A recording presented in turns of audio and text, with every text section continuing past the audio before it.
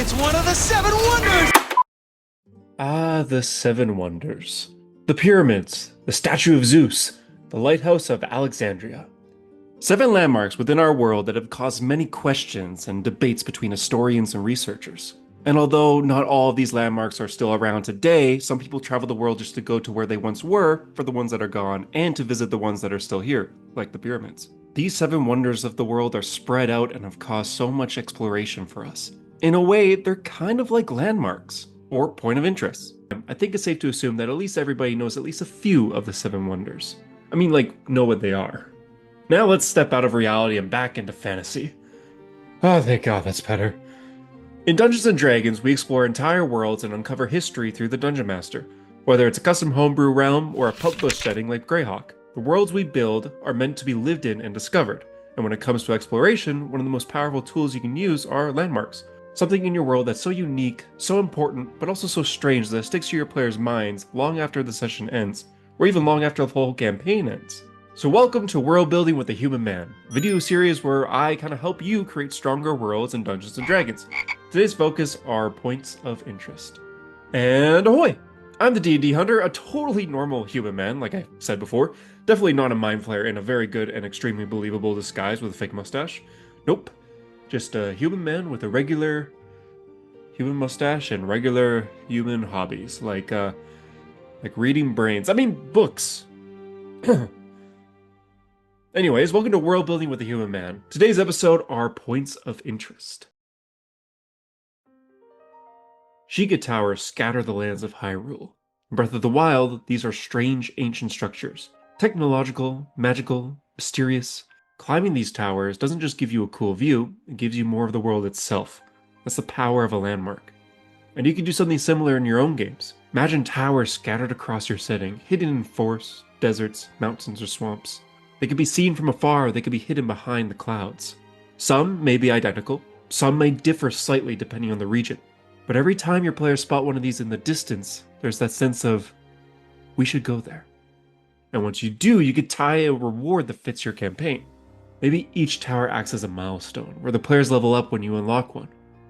Maybe the towers are tied to your lore, dropping new answers about the mystery of your whole world every time you discover one of these towers. Or maybe, like in The Legend of Zelda, they expand your map. Your players start with a vague outline, but the world becomes clearer each time they reach a tower. One of my Dungeon Master friends is actually running a campaign just like this. I'm not in the game itself, but I hear about it all the time in our very normal and very real Dungeon Master Council meetings, which is held in the basement of Baldur's Gate. Don't tell any players about this. He plays digitally, so his map is, well, digital.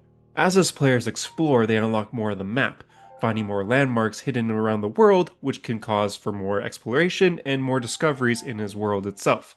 And it's kind of cool to see the progress. He's created this map and sort of like a timeline of where they've gone after they've entered each sort of square in his map here. Maybe his campaign will end with the entire map completed, or maybe it'll end with only half of it completed, which leaves room for a second campaign to go the opposite direction.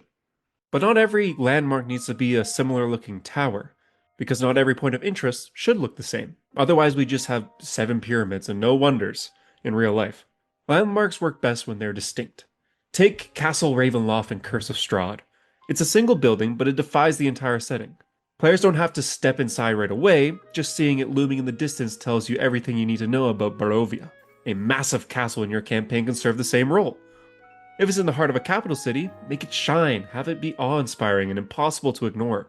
You can see it from a distance and it just looks even better when you're up close. Or maybe it's outside the city walls, dark and unwelcoming, with legends whispering about what's actually happening on the inside.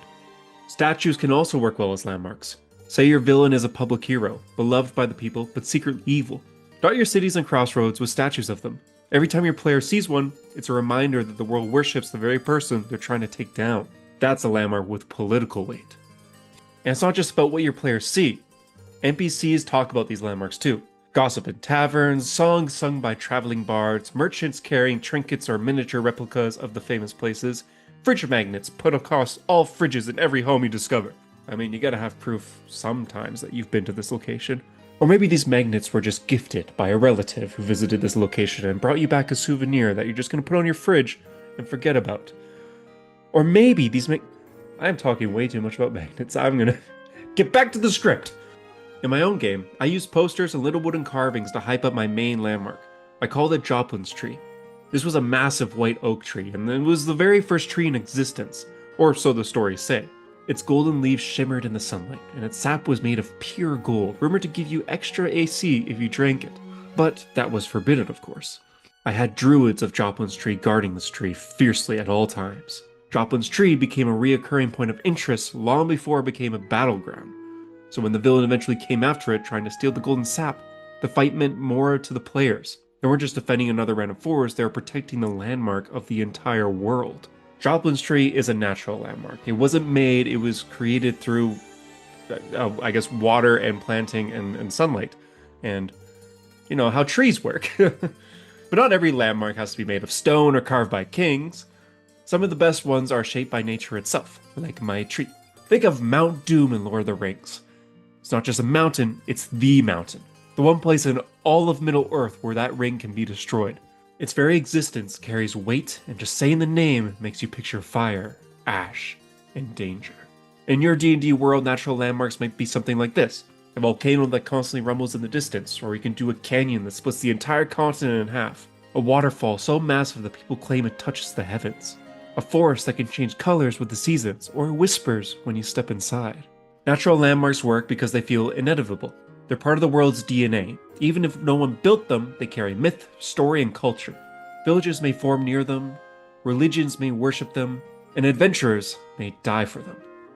But whether made of natural landmarks like I just mentioned or stone, you can kind of get fun with it by creating moving landmarks.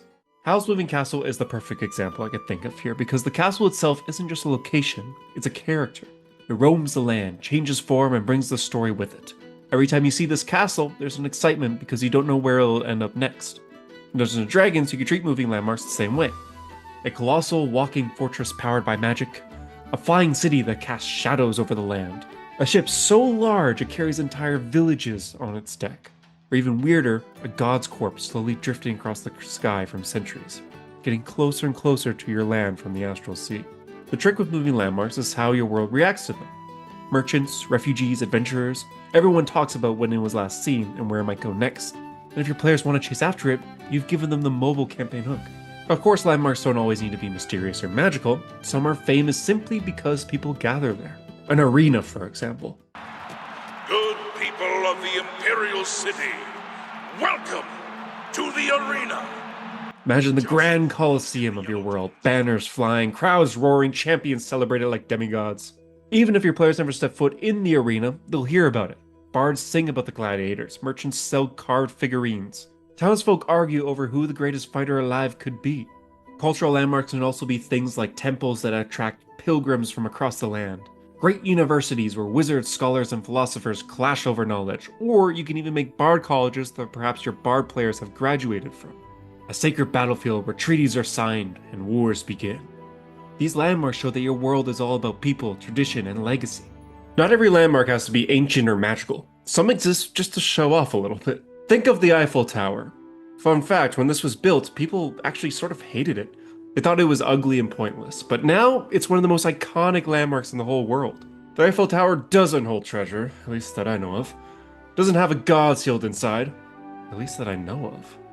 It's just a symbol of human achievement and creativity, as far as I know. You can do the same thing in your campaign. Maybe a kingdom builds something like a massive spire of glass that touches the clouds, or a gigantic bridge that spans a sea trench, not because they need it, but because they can do it. A colossal statue of an old god or adventurer that is no longer with us. Maybe this statue has been forgotten. People don't know who this statue is of. It's been here as far as anyone can remember, even past generations of elves. The fun part is how your world can react to it. Do other nations look at it in awe, or do they roll their eyes?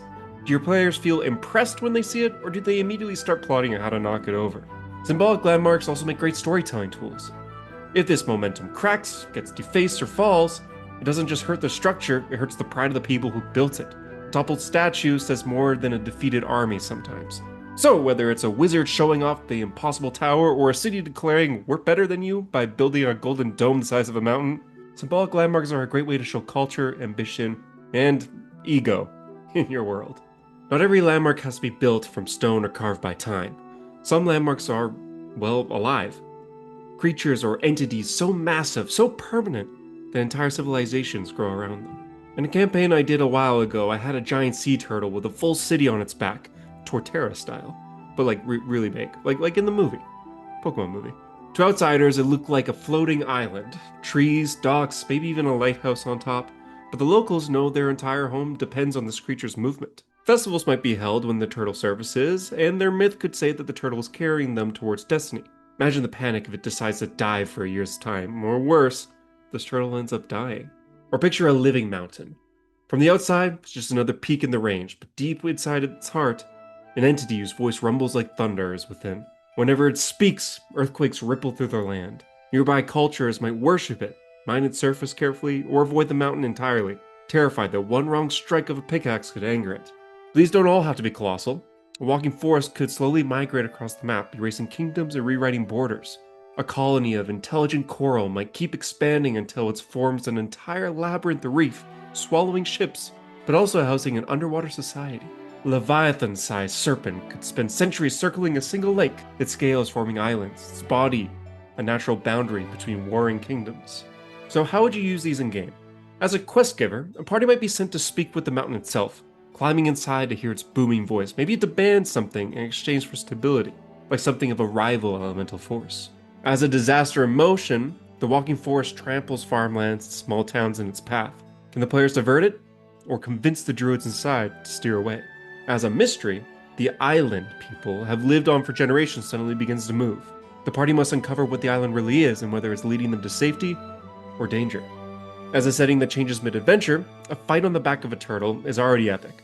But now it dives, it tilts, it submerges itself into the battlefield. Or mid-negotiation inside of the living mountain, its heartbeat grows erratic, shaking the cavern, turning your persuasion rolls into survival rolls instead, because you gotta get out of there.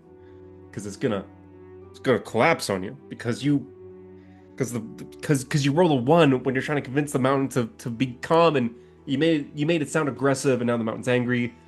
You could try rolling again to persuade it, but you should just roll survival. As cultural shapers, entire religions could form around these beings. Governments could be built on their existence, and wars could be fought over controlling the movements. Living point of interest blur the line between world building and character writing. They're not just places, they're people in their own right, with personalities, motivation, and moods that ripple across entire regions. A mountain can be destroyed, but a mountain-sized creature can choose to destroy you instead. But just like when my players defended Joplin's tree, the question came up. What happens when a landmark falls? If you burn down a random tavern, that might be sad and annoying for your players, but if you destroy a landmark, that changes the identity of your world. What if Mount Doom collapsed in on itself? The land would quake and the skies would change, and the world's history was split into before and after. If a moving fortress is finally toppled, the people will tell stories for generations about the day it fell. If your arena burns, suddenly champions scattered. Traditions end, and the cultural heart of the city is ripped away. And if Joplin's tree was ever cut down, that creates an enemy for whoever chopped it down, from not just the druids that guarded it, but the entire world will be against that individual. That almost happened, but my players were still able to defend it. When Joplin's tree was threatened, the players realized its destruction would be more than just a loss of beauty. It would unbalance the druids, destabilize kingdoms that relied on them, and erase one of the few symbols of unity in the world. That kind of destruction doesn't just change a session, it changes the whole campaign. Destruction gives the players agency. If they save a point of interest, they're heroes. If they fail to, they'll feel the consequences ripple across the world. Either way, this moment matters. And that's the magic landmarks of your world. They can be natural, cultural, moving, or mysterious. They can inspire awe, curiosity, or fear. And if you really want to shake things up, they can even fall and reshape history itself. Remember, you don't need 1,000 landmarks, just a handful that matter. Your players will carry those memories long after the campaign ends. And just a quick reminder, I'm the D&D Hunter, still a perfectly normal human man who has never once heard or even met a mind flayer, let alone worn a fake mustache to look like one. And if you like this video, any sort of interaction helps the channel oh so much. Give it a like, give it a comment, give it a subscribe, hit that bell notification, or share it to a friend that you might think is a mind flayer.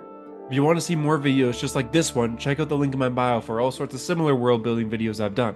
I have a video on building cities, adding ID cards to your game, seasons guides, and traveling guides.